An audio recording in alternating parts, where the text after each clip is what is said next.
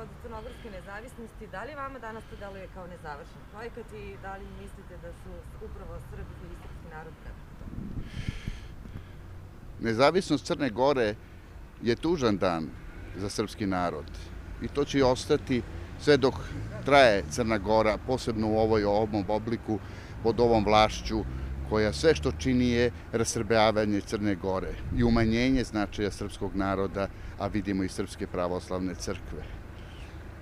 Jeste 13 godina, ali kao da je bilo juče. Te rane bole, one se pamte i one čekaju da budu zalečene. Mislim da živimo u vremenu kada ćemo polako ispravljati greške i nepravdu koja je naneta srpskom narodu u regionu. Kako vidite danas ovu situaciju? Situacija je neizvesna, napeta, ne očekuje se njeno smirivanje. Srpski narod pokazuje jednu smirenost koja je svetačka, čini mi se, u situaciji kada tačno znaju šta su ideje, koji su smerovi delovanja ove vlasti crnogorske. I u tom smislu nisam veliki optimista da će vlast Mila Đukanovića stati i naći način kompromisa, odnosno tražiti dijalog i kompromise.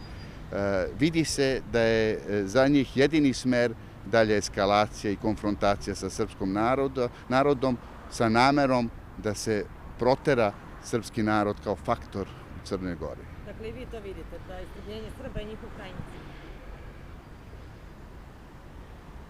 Istrebljenje srpskog imena, a Srba je nemoguće istrebiti iz Crne Gore jer su svi u Crnoj Gori Srbi, izuzev grupe Albanaca i možda par desetina Hrvata. I nemoguće je istrebiti svoj narod. Možete samo da ga prekrstite, unizite, da ga poništite. Šta mislite da će se to desiti? Država Srbija, srpski narod u regionu i Srbi pre svega u Crnoj Gori to neće dozvoliti. I to treba svima da bude jasno. Vlasti u Podgorici ćute na poruke iz Beograda?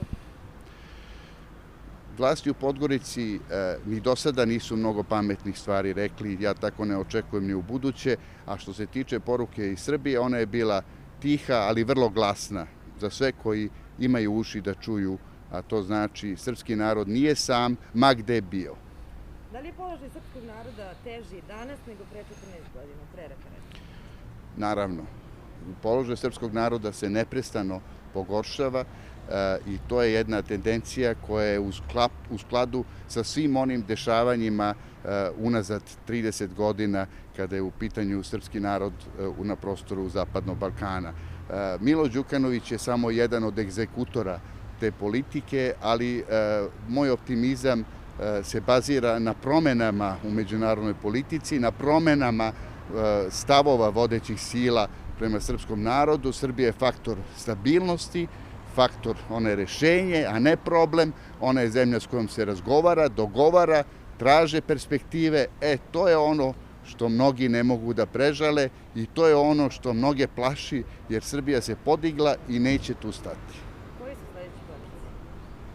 Koji bi to mogli da budu sledeći koraci? Crna Gora će gledati kako da srpske lidere i njihove partije onemogući da izađu na predstojeće izbore. Tražit će način da ih izbaci iz pravnog sistema i da svoju vlast zadrži po svaku cenu. To će raditi provokacijama, hapšenjima, svim sredstvima koje je do sada koristila u manjoj meri, samo će sada pojačati intenzitet. I čini mi se da ta naša nada da će demokratskim putem biti moguće smeniti Mila Đukanovića je iluzija, jer taj režim je toliko okoštao i toliko je ogrezao u kriminalu i korupciji da on svoju perspektivu vidi samo tako što bi ostao na čelu i nastavio da radi sve ono što je do sada radio, a to znači na uštrb naroda Crne Gore. Hvala. Vidi ovo kad bi